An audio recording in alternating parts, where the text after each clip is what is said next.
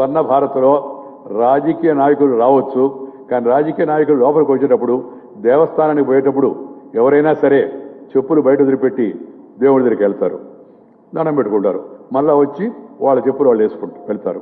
కొంతమంది వేరే వాళ్ళ చెప్పులు కూడా వేసుకుంటారు, అది వేరే విషయం అనుకోండి.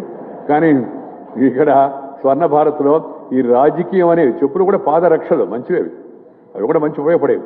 ఆ రాజకీయాన్ని బయట వదిలిపెట్టి లోపలికి వచ్చి నేను బీజేపీ, నేను కాంగ్రెస్, లేకపోతే నేను టీఆర్ఎస్, లేకపోతే నేను టీడీపీ, లేకపోతే ఇంకొకటి అనుకోకుండా మనందరం భారతీయులం, అందరూ అభివృద్ధిలో భాగస్వాములు కావాలని ఆ విధంగా రెండవ సిద్ధాంతం పెట్టుకున్నారు. రాజకీయ నాయకులు రావాలి, కానీ రాజకీయం లేదు అని. మూడవది వాళ్ళు పెట్టుకుంది ముఖ్యంగా సేవ ఎవరికి చేయాలంటే గ్రామీణ ప్రజలకు చేయాలా, రైతులకి. రెండవది ఎవరికంటే మహిళలకు చేయాలా. మూడవది యువకులు ఎవరైతే ఉన్నారో ఇవాళ నిరుద్యోగ సమస్యతో నిస్పృహతో కొట్టుబెట్టాడుతూ ఉన్నారు, చదువు పూర్తిగా కొనసాగిస్తున్నారు, వాళ్ళకి సహాయం చేయాలా అనే ఉద్దేశంతో రైతు, గ్రామం, 2 మహిళలు, 3 యువకులు, ఈ 3 వర్గాలు లక్ష్యంగా పెట్టుకుని స్వర్ణ భారత్ గత 16 ఏళ్లుగా పనిచేస్తుంది. నెల్లూరులో ఇప్పటికీ 20,000 మందికి పైగా శిక్షణ ఇచ్చి వాళ్ళ సొంత కాళ్ళపై వాళ్ళు నిలబెట్టుగా చేసింది. 4వది స్వర్ణ భారత్ మన తెలుగు, మన భాష, మన ఆట, మన పాట, మన యాస, మన భాష, మన గోస మనం మర్చిపోకూడదు, మన సాంప్రదాయం మర్చిపోకూడదు. మన కట్టు, మన బొట్టు, ఆఖరికి మన చుట్టూ, ఏదైనా సరే, ఆట అయినా సరే, పాట అయినా సరే, అదే మనందరి యొక్క బాట ఒకటనే విధంగా తెలుగుతనం ఉట్టిపడేట్టుగా ఉండాలి. భారతీయత సంస్కృతి నిలబడాలి. హిందూ సంస్కృతి మన పెద్దలు పూర్వీకులు వేదకాలం నుంచి ఆదికాలం నుంచి మనకు అనుభవించి రంగరించి మేళవించి మనకు అందించిన వారసత్వం అవుతుందో ఆ కల్చర్, ఆ హెరిటేజ్ని మనం కాపాడుకోవాలి. దానికి కావాల్సిన కార్యక్రమాలు పెట్టాలి. మనం ఇవాళ గోవుని పెట్టుకున్నాం బయట. గోమాత భూమాతతో సమానమైంది, మనకు ఉపయోగపడేది. పశు సంపద దేశ సంపద అన్నారు. అలాగే రెండవది మన ముగ్గురు పోటీలు పెడుతూ ఉంటాం మనం మామూలుగా. అలాగే అప్పుడప్పుడు పాటల కార్యక్రమాలు పెడతాం, ఆటల కార్యక్రమం పెడతాం, ఇప్పుడు సాంస్కృతిక కార్యక్రమాలు పెట్టుకుంటున్నాం. మన సంస్కృతి మనం మర్చిపోకూడదు. ఇంగ్లీష్ నేర్చుకోవచ్చు, హిందీ నేర్చుకోవచ్చు, కానీ అమ్మ భాష తెలుగు భాషను ఎవరు కూడా మర్చిపోకూడదు. అందుకే నేను ఎప్పుడు చెప్తూ ఉంటాను, కన్న తల్లిని అమ్మను, 2 జన్మభూమిని పుట్టిన ఊరును, 3 మాతృభాషను మాతృగర్భంలో వచ్చిన తెలుగును, 4 మాతృదేశాన్ని. కన్న తల్లిని, జన్మభూమిని, మాతృభాషను, మాతృదేశాన్ని మర్చిపోయిన వాడు మనిషే కాదు అని చెప్పిన విషయం అయితే ఉందో అది నా ప్రగాఢమైన విశ్వాసం. ప్రతి ఒక్కరూ తన జన్మనిచ్చిన తల్లిని గుర్తుపెట్టుకోవాలి, తాను పుట్టిన ఊరును గుర్తుపెట్టుకోవాలి. పెద్దవాడైనప్పటికీ కూడా ఆ ఊరు సంగతి కాదు చూడాలి, దాని మంచి చెడు చూడాలి, చుట్టుపక్కల చూడాలి. ఎందుకంటే నువ్వు పుట్టిందంతా ఆ ప్రాంతంలో తిరిగారేవు కాబట్టి. 3 నీ అమ్మ గర్భం నుంచి వచ్చిన భాషను మనం మర్చిపోకూడదు.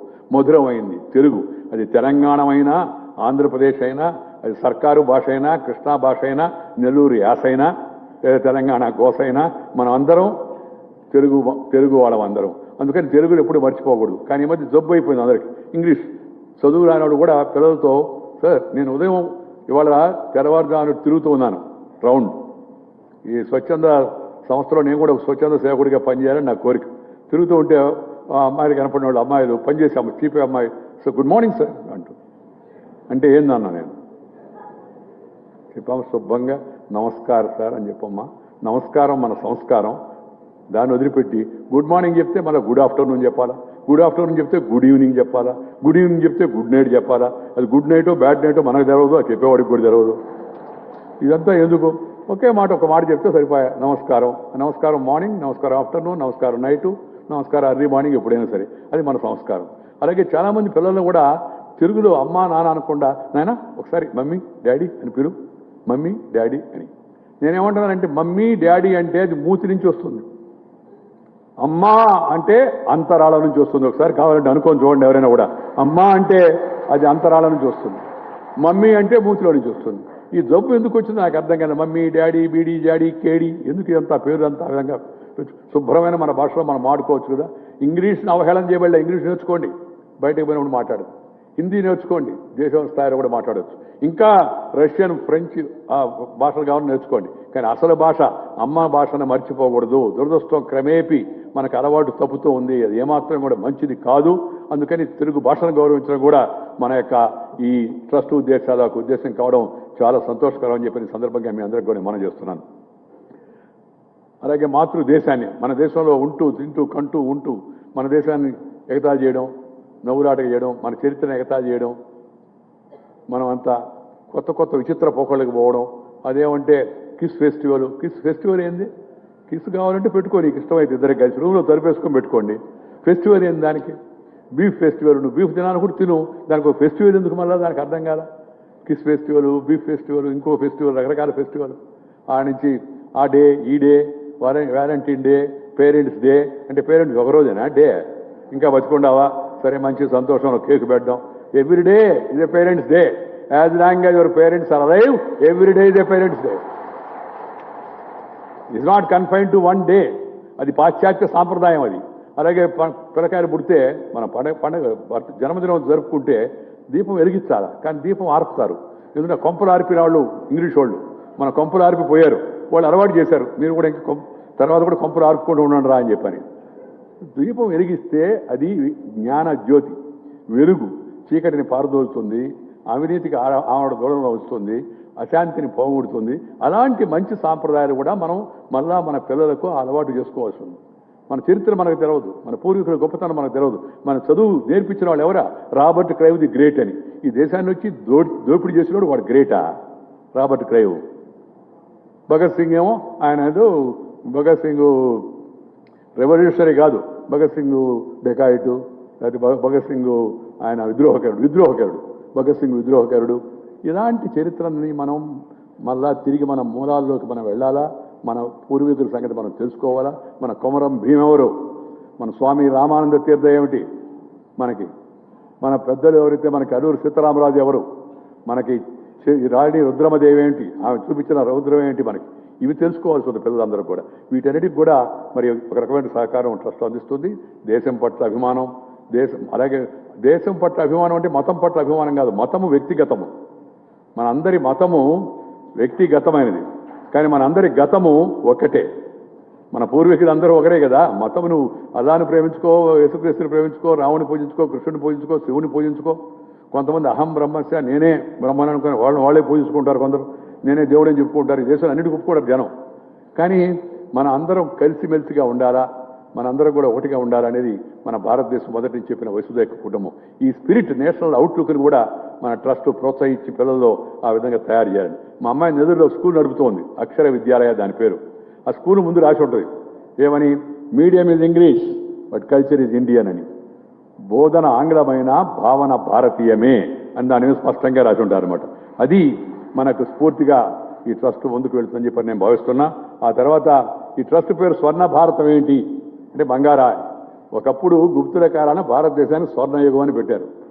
ఈ దేశంలో అన్ని రకాల ప్రకృతి సంపదలు ఉన్నాయి, మనకి తెలివితేటలు ఉన్నాయి, అశేషమైన తెలివితేటలు ఉన్నాయి, అమోఘమైన తెలివితేటలు ఉన్నాయి. కమ్మరి, కుమ్మరి, వడ్రంగి, నేత, గీత, బోయ, యాదవ, చాకలి, మంగలి, హరిజన, గిరిజన కులంతో నిమిత్తం లేకుండా తెలివితేటలు, అమోఘమైన తెలివితేటలు ఉన్నాయి. మన కొండపల్లి బొమ్మలు, లేకపోతే మన పోచంపల్లి చీరలు, వస్త్రాలు, లేకపోతే మన కొత్తకోట చీరలు, వీటికి ఎక్కడికి జరిగే చీరలు, వీటికి ఎక్కడ పోటీ లేదు. మన గుంటూరు గోంగూర, దానికి పోటీ లేదు. హైదరాబాద్ బిర్యానీ, దానికి పోటీ లేదు. ఎక్కడికి పోయినప్పుడు హైదరాబాద్ బిర్యానీ అంటే అందరూ హైదరాబాద్ బిర్యానీ తింటారు. దమ్ బిర్యానీ తింటాం, బాగుంటుంది, దమ్ వస్తుంది లేనివాడికి కూడా అని చెప్పాను. దమ్ బిర్యానీ, నెల్లూరు చేపల పులుసు, 5 స్టార్ హోటల్కి వెళ్ళి చూడండి, కార్డులో రాసి ఉంటుంది నెల్లూరు చేపల పులుసు అని. ఈ రుచి, నేటివిటీ, ఈ భూమి మీద అనేక సంవత్సరాలకు అనుభవంతో తయారు చేసిన అన్నీ. కొంతమంది పాత ఏంటండి అని పాత చింతకాయ పచ్చడి తిని చూస్తే కదా దాని రుచి తెలిసేదే. ఒకసారి పాత చింతకాయ పచ్చడి తినమండి, జన్మలో వదిలిపెట్టడం మళ్ళీ కూడా పాత చింతకాయ పచ్చడి. ఇలా ప్రతి ఒక్కటి, ఎందుకంటే మనది వేల సంవత్సరాల యొక్క చరిత్ర. మనకి మన పూర్వీకులు అనుభవించి, రంగరించి, మేళవించి మనకు అందించిన వారసత్వం అది. తెలివితేటలు మనకున్నాయి. ఈ తెలివితేటలకు కాస్త స్థానం పెట్టాలా. మోడీ గారు ఏం చెప్పారంటే, ప్రధానమంత్రి గారు, ఈ దేశంలో యువత ఎక్కువ, 60% మంది మనకి 45 ఏళ్ల లోపల ఉన్నారు. The biggest asset for India, demographic dividend. ఆ వాళ్ళలో తెలివితేటలు ఉన్నాయి. ఆ తెలివికి కాస్త సానబెట్టి, వాళ్ళకి కాస్త కంప్యూటర్ ట్రైనింగ్ ఇప్పించి, లేకపోతే వాళ్ళకి ఆటోమొబైల్ ట్రైనింగ్ ఇప్పించి, లేకపోతే వాళ్ళకి కార్పెంటరీలో ట్రైనింగ్ ఇప్పించి, లేకపోతే వాళ్ళకి ప్లంబింగ్లో ట్రైనింగ్ ఇప్పించి, వాళ్ళకి ఎలక్ట్రికల్ ట్రైనింగ్ ఇప్పించి, వాళ్ళకి ఫార్మాలో ట్రైనింగ్ ఇప్పించి, వాళ్ళకి ఏవియేషన్ టెక్నిక్ వాటిలో ట్రైనింగ్ ఇప్పిస్తే వాళ్ళు మరింత ఉన్నత స్థితికి పోగలరని ట్రస్టు విశ్వసించేది, నేను విశ్వసించేది, ప్రధానమంత్రి గారు విశ్వసించేది అంటే, ఈ దేశంలో పేదరికం మనందరికీ ఒక సవాలు లాంటిది. 69 సంవత్సరాలతో కూడా ఇంకా పేదరికం ఉంది. ఈ పేదరికం అంతా గవర్నమెంట్ ద్వారానే పోద్దా? సాధ్యం కాదు. స్వచ్ఛంద సంస్థలు కూడా ముందుకు రావాలా, ప్రజలు కూడా దాంట్లో భాగస్వాములు కావాలా. అన్ని గవర్నమెంట్ చూసుకుంటుంది, మనకెందుకులే, సబ్ కామ్ సర్కార్ కరేగా, హమ్ బేకార్ బయటకు చలేగా అనే మెంటాలిటీ మనకు తయారైపోయింది. దాన్ని మార్చుకోవాల్సి ఉంది. మన వంతు కృషి మనం చేయాలి. ప్రతి ఒక్కరం కూడా దాన్ని ఆ విధంగా చేస్తే ఎవరి పనులు చేయాలి. అందుకే ప్రధానమంత్రి స్వచ్ఛ భారత్ అన్నాడు. ప్రధానమంత్రి గారు స్వచ్ఛ భారత్ అని పిలుపెందుకు ఇచ్చాడంటే అందరూ కూడా స్వచ్ఛంగా ఉండాలని. ఇప్పుడు కొత్తగా దానికి కొత్త నిర్వహించాడు ఆయన. స్వచ్ఛ భారతం అంటే స్వచ్ఛ తను మన ధనని. తనువు అంటే శరీరం శుభ్రంగా ఉండాలా, మనసు కూడా శుభ్రంగా ఉండాలా, ధనం కూడా శుభ్రంగా ఉండాలని శుభ్రం కార్యక్రమం మొదలైంది. మీరు చూస్తూ ఉన్నారు. ఈ శుభ్రం చేయడం అంత సులభమైంది కాదు. దేనైనా మురికిని వదిలించాలంటే మీకు తెలుసు కదా, డెటర్జెంట్ వేయాలన్నా, సర్ఫ్ వేయాలన్నా, ఇంకేమన్నా వేయాలన్నా బాగా దాన్ని ఉతకాల, చాకర బండ వేసి బాధ్యతే కానీ మామూలుగా బయటకు రాదు, బట్ట చల్లగా రావాలంటే. అలాగే దేశంలో ఒక మార్పు జరుగుతున్నప్పుడు, విప్లవాత్మకమైన మార్పు అయినప్పుడు కొన్ని చిన్న చిన్న ఇబ్బందులు ఉంటాయి. ఆ ఇబ్బందులు దాటుకుంటే తర్వాత ఆ సినిమా వాళ్ళు అడ్వర్టైజ్మెంట్ చూస్తుంటారు చూసారా, రిన్ సర్ఫ్ తలతల మెలమెల అని చెప్పి టీవీలో చూస్తారు. సినిమా అనుకోండి. మనం కూడా మన దేశం కూడా ఆ విధంగా వెలుగుగా వచ్చేందుకు అవకాశం కూడా ఉంది. అందుకని స్కిల్ డెవలప్మెంట్, స్కిల్ అప్గ్రేడేషన్. దీంతో పాటు పేదరికం పోవాలంటే గవర్నమెంటు, రాజకీయ పార్టీ నాయకులు అందరం కూడా మా యొక్క ఆలోచన ధోరణి అంతా ఏంటంటే జనాన్ని తాత్కాలికంగా సంతోషపెట్టాలా. నీకు ఫ్రీ కరెంట్ ఇస్తాను. ఫ్రీ కరెంట్ అంటే కరెంటు ఫ్రీగా వస్తే ఇవ్వచ్చు, రాదే.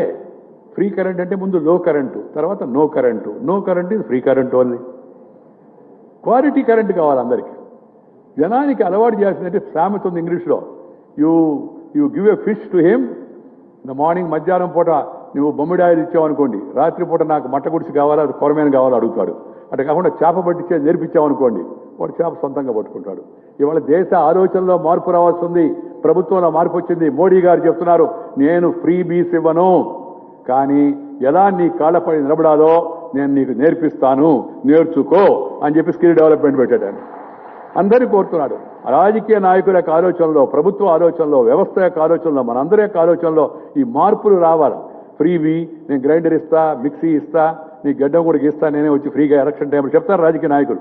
నీకు గడ్డం గీస్తాను, నువ్వు షేవింగ్ నువ్వు చేసుకోబడలే, నేనే చేస్తాను కూడా. అయినంత వరకు రాజకీయం రావచ్చు, లేదా నోట్లో పెడతాను, లోపలికి వెళ్ళి కూడా అరిగేటు కూడా చూస్తాను కావాలంటే దానికని కూడా చెప్పినాడు. మనం ఆశ్చర్యపడాల్సిన అవసరం లేదు. కానీ ప్రజలకు కావాల్సినది కాదు, సొంత కాళ్ళపై నిలబడాల, ఆత్మగౌరవంగా బతకాల. నేను నెల్లూరులో 20,000 మంది ట్రైన్ అయ్యారంటే వాళ్ళ పిల్లలు చాలామంది cell phone, TV, refrigerator, air condition, mechanism, embroidery, tailoring, లేకపోతే ఇతరత్ర స్కిల్స్లో డెవలప్ అయిన వాడు, ఎలక్ట్రీషియన్గా తయారైనాడు, ప్లంబింగ్గా తయారైనాడు, ఊరిలోకి వెళ్ళి మండల కేంద్రంలో ఒక షాప్ పెట్టుకుంటున్నాడు సొంతంగా. వాడికి ఆంధ్ర బ్యాంకు లోన్ ఇస్తుంది, లేదా ఇంకో స్టేట్ బ్యాంక్ ఆఫ్ హైదరాబాద్ ఇస్తుంది, ఇంకో బ్యాంక్ ఇస్తుంది. మోడీ గారు చెప్పారు అందరికి కూడా, బ్యాంకులు కూడా వైఖరి మార్చుకొని సామాన్య జనానికి కమ్మరి, కుమ్మరి, వడ్రంగి, నేత, గీత, బోయ, యాదవ, చాకలి, మంగలి వాళ్ళకి కూడా రుణాలు ఎక్కువగా ఇవ్వండి అని ప్రధానమంత్రి గారు స్పష్టంగా నిర్దేశించాడు. ముద్రా బ్యాంక్ కూడా పెట్టాడు. సో అందుకని మనం వాళ్ళ సొంత కాళ్ళపై నిలబడాలంటే ఆలోచన వాళ్ళకి కనిపించాలి, తెలివిని మెరుగుపరచాలా, సానబెట్టాలా. తద్వారా వీళ్ళు పెడితే ఆ పిల్లలందరూ నెల్లూరులో మళ్ళీ ఇప్పుడు వస్తుంటారు. అప్పుడు ట్రస్ట్లో జరిగినప్పుడు ఏంటంటే ఎలా ఉన్నామంటే, బాగున్నాను సార్, ఊళ్ళో పెట్టుకున్నాను సార్, నేనే కాదు ఇంకో అబ్బాయికి లేదా ఇంకో అమ్మాయికి ఉద్యోగం ఇచ్చాను సార్ అని. ఉద్యోగం కోసం అందరి చుట్టూ తిరిగేవాడు సొంత కాళ్ళపై నిలబడి ఇంకోటికి ఉద్యోగం ఇచ్చే స్థితి వచ్చిందంటే దానికి స్కిల్ డెవలప్మెంట్ కారణం.